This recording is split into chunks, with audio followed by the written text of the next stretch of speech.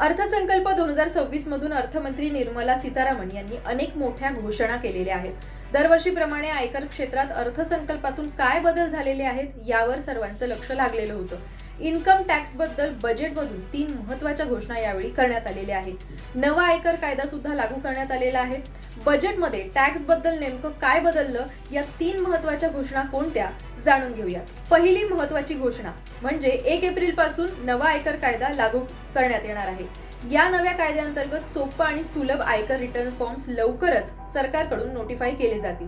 त्यामुळे कर भरण्याची प्रक्रिया जास्त सुलभ होईल आणि सामान्य करदात्यांची गुंतागुंत ही मोठ्या प्रमाणात कमी होण्याची शक्यता व्यक्त केली जाते.